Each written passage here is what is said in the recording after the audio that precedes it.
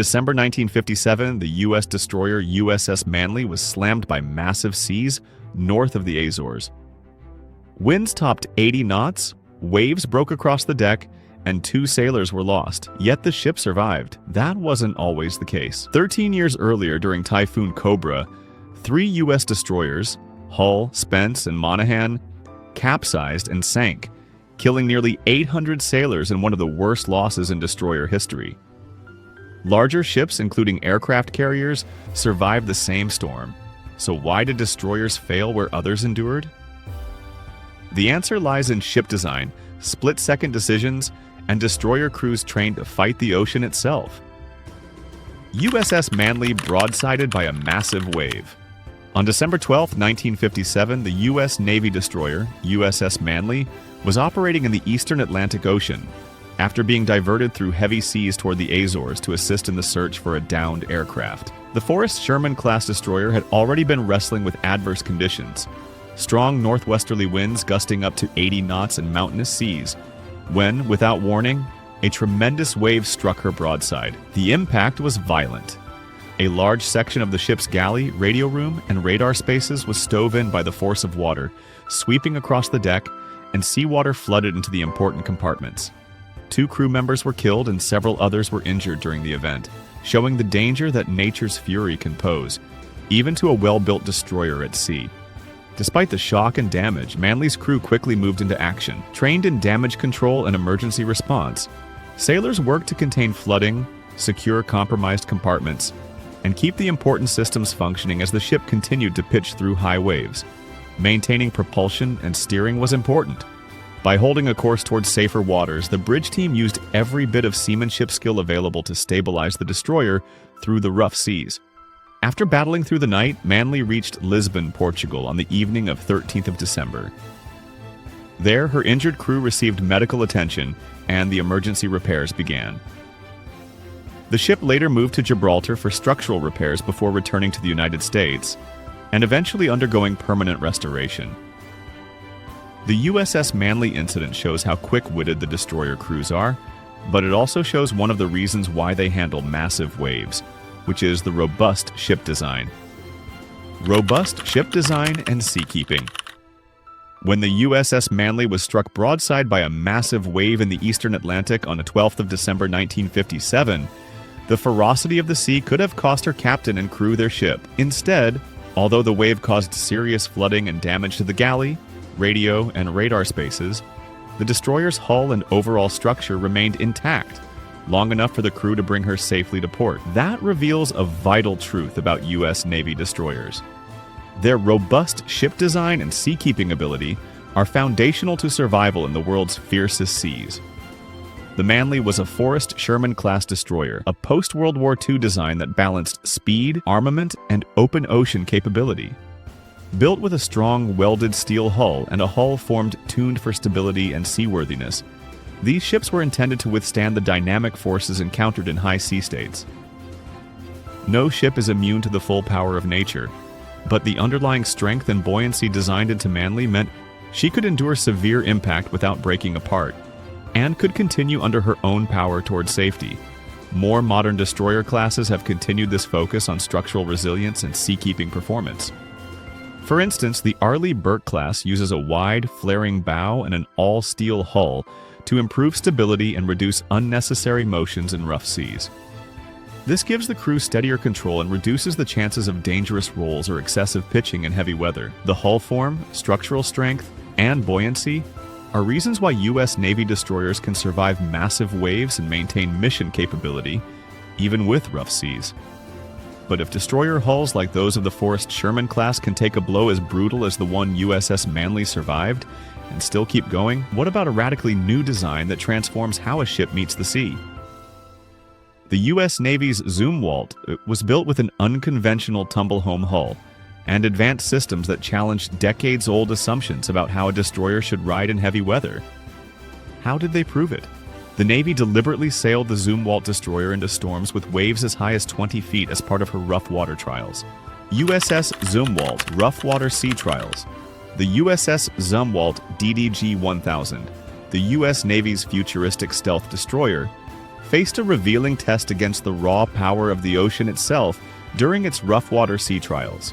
As the lead ship of its class, Zumwalt's unconventional tumble-home hull and advanced systems sparked debate among naval architects about how well such a radical design would handle rough seas. To answer those questions, the Navy deliberately took the ship into very challenging conditions.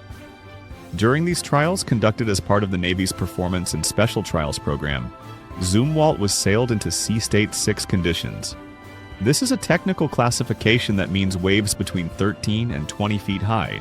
Engineers from the Naval Surface Warfare Centers tracked the destroyer's motion, structural responses, and the performance of onboard systems to verify whether the ship could remain within suitable motion limits in such punishing seas. Many were worried about the stability of a tumble-home hull, but Zumwalt has met the challenge. There weren't any signs of exceeding the critical motion criteria limits during the rough sea tests. So if the Zumwalt finds itself in storms, it could brave the storms with ease. U.S. destroyers don't only handle rough storms and seas with their design and seakeeping, but also with proper weather planning and navigation. Weather planning and navigation strategy. Professional for U.S. Navy destroyers, surviving heavy weather isn't left to chance, but it begins long before waves crest over the bow. An important element of weather planning navigation is forecasting and route planning. Confident, modern destroyers have access to advanced meteorological data that allows navigators and commanders to analyze storm systems, wind patterns, and sea state projections well in advance. This information helps the crew plan routes that avoid or mitigate the worst weather, reducing the chances of encountering extreme seas. If you think this is pretty interesting, don't forget to like and subscribe before we go into how the U.S. destroyers use weather planning to avoid rough seas. We explore all you need to know about U.S. Navy vessels, from aircraft carriers to destroyers. A good example of how destroyers manage weather at sea is shown in the Spruance-class destroyer USS Nicholson DD-982. On a westbound transatlantic crossing after a deployment in the Middle East, Nicholson encountered heavy North Atlantic seas that were powerful enough to damage her bow sonar dome. This was a significant but non-catastrophic casualty that later required repairs during scheduled maintenance. What mattered in this encounter was that the ship remained underway and maintained steerage, despite the rough conditions. This allowed her to get home without losing control or propulsion. Once heavy weather is unavoidable, destroyer navigators use smart positioning to reduce the impact of waves. Instead of taking seas directly on the beam, which can induce dangerous rolling and structural stress, they often steer the ship into waves at an angle that balances stability and forward progress.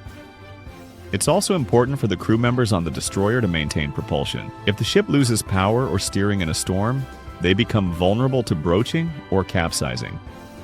You've seen how careful planning, smart navigation, and the right seakeeping strategy help destroyers ride out heavy weather. But what happens when those elements fail in the face of nature at its worst? In December 1944, the U.S. Third Fleet found itself deep inside one of the most violent typhoons ever recorded at sea. So, what exactly went wrong during that storm? And how did it influence the Navy's approach to handling rocky seas and bad weather? Typhoon Cobra destroys 3 destroyers.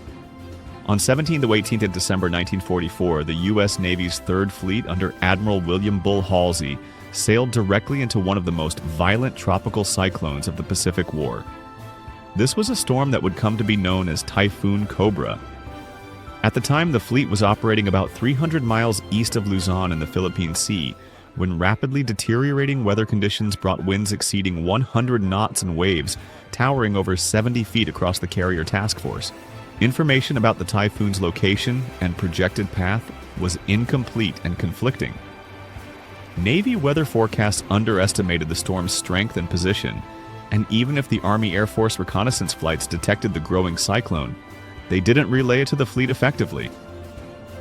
Admiral Halsey thought the weather could be avoided or it would move to the east, and kept Task Force 38 in place to complete refueling operations. This was a decision that placed dozens of destroyers directly in front of the storm. As hurricane-force winds and massive seas engulfed the fleet, 3 destroyers, USS Hull, USS Spence, and USS Monaghan, capsized and sank, overwhelmed by flooding and loss of propulsion as water poured in through stacks and over decks. They didn't have enough fuel and ballast to stabilize their hulls, and so these smaller ships found themselves unable to control their heading and were driven over by wind and waves. Almost 790 sailors perished in the disaster, 27 other vessels were damaged, and over 140 aircraft were lost overboard or wrecked during violent rolls. In the aftermath, the Navy conducted courts of inquiry and implemented major changes to reduce the risk of a similar catastrophe. One of the most enduring reforms was expanded meteorological forecasting and storm tracking, which eventually contributed to better weather services in the Pacific, including the Joint Typhoon Warning Center. Increased weather reconnaissance, improved communication of storm data, and better training in reading meteorological information were implemented so commanders could make better-informed decisions. The tragedy of Typhoon Cobra remains one of the deadliest natural disasters and reminds us of the importance of crew training and watch standing on U.S. destroyers. Crew training and watch standing. One of the most critical reasons U.S. Navy destroyer crews are able to survive massive waves and violent sea conditions is the depth and rigor of their training and watch standing practices. From the moment sailors step aboard their first training ship, they develop skills that will keep both themselves and their ship safe in extreme environments. In boot camp and follow-on training, recruits are introduced early to the principles of watchstanding. This is a system that makes sure sailors are always moving on the ship, so that every single station is constantly monitored and ready to respond at all times. As sailors progress to destroyer crews, professional seamanship becomes very important to their everyday routines. Officers and enlisted personnel undergo extensive instruction in navigation, ship handling, and emergency procedures while underway. Destroyer teams also train at dedicated facilities and simulators designed to sharpen their seamanship and tactical decision-making under varied conditions, including adverse weather, so they can confidently handle a ship's course and speed as seas change. Once deployed, destroyers operate under strict watch rotations with qualified personnel assigned to important roles around the clock. There are trained teams on the bridge, engineering spaces, and damage control stations that stand ready to adjust propulsion, heading, or systems in response to the rough seas. But it's also important to pay attention to how prepared the crew is for safety emergencies, especially when the destroyer finds itself at the center of massive winds in the rough seas. Crew preparedness and safety practices. In the midst of rough weather, it's not only the ship design and navigation strategy that determines whether a U.S. Navy destroyer comes through intact. Instead, the preparedness and disciplined safety practices of the crew also make the difference between damage and disaster. In late October 2012, the guided missile destroyer USS Barry was underway in the outer bands of Hurricane Sandy in the North Atlantic, steaming hard into strong winds and rough waves as part of an emergency sortie ahead of the storm's full impact on the U.S. East Coast. Photographs from the U.S. Navy imagery shows Barry plowing through broken seas as sailors worked below decks and on the bridge to stay ahead of changing conditions, showing how prepared, trained crews face bad weather with purpose rather than panic. Another emphasis on readiness can be seen in the history of the destroyer USS Wiltsey, which in the early 1960s encountered several days of heavy weather and high winds in the western Pacific. While the storm battered open a seam forward and caused cracks in the main deck and loss of equipment, the ship continued her transit and reached port under her own power, thanks in part to how the crew managed safety and ship systems while underway. In both cases, crew preparedness was key. Before heavy weather arrives, crews secure all topside equipment and loose gear, close hatches and watertight doors, and set storm-ready conditions to protect internal components. When the seas turn violent, personnel are trained to follow orders swiftly, respond to bridge announcements about taking shelter or putting on safety gear, and minimize exposure by staying below deck unless essential. Sailors have said that they develop sea legs over time, a form of psychological and practical acclimation in ship motion, which helps them brace themselves, use handholds effectively, and move around safely when the deck pitches and rolls. But here's the twist. All the seamanship training, careful weather planning, and safety drills we've been talking about are built on lessons learned the hard way. Even in an era before radar, GPS, and sophisticated meteorology, the U.S. Navy had already endured a shock that reshaped how it thought about navigation, risk, and survival at sea. This was the Honda Point disaster, which happened on the foggy night of 8th September 1923. A squadron of destroyers was lost to sea due to navigational error, fog, and misplaced confidence in outdated techniques. Honda Point disaster. On the foggy night of 8th of September 1923, the U.S. The Navy suffered its worst peacetime loss of ships in history at what became known as the Honda Point disaster. 14 Clemson-class destroyers of Destroyer Squadron 11 were steaming south from San Francisco towards San Diego at about 20 knots, when a navigational error in dense fog led the lead ship, USS Delphi, far off the intended route and toward the rocky California coast at Honda. At approximately 21:05 local time, Delphi ran aground on jagged rocks, and within minutes, 6 other destroyers, USS SP Lee, Young, Woodbury, Nicholas, Fuller, and Chauncey, followed her onto the rocks in a tragic domino effect. 7 destroyers were total losses, their hulls torn open on the unforgiving shoreline. The night's chaos was compounded by the heavy surf and limited visibility, making rescue efforts perilous. In total, 23 sailors lost their lives, including 20 from USS Young, which capsized and trapped many of her crew below decks. Despite the scale of the disaster, quick action by some vessels, including warning sirens and flares, helped the remaining destroyers avoid the rocks and even assist in rescue efforts for sailors on the wrecked ships. The Honda Point incident revealed the dangers of relying solely on dead-reckoning navigation and poor visibility, and highlighted the limitations of early 20th century navigational methods. It caused the U.S. Navy to re-examine its crew training, navigational equipment, and decision-making protocols to reduce the risk of similar tragedies in the future. Now, you know how U.S. destroyers survive massive waves during rough seas.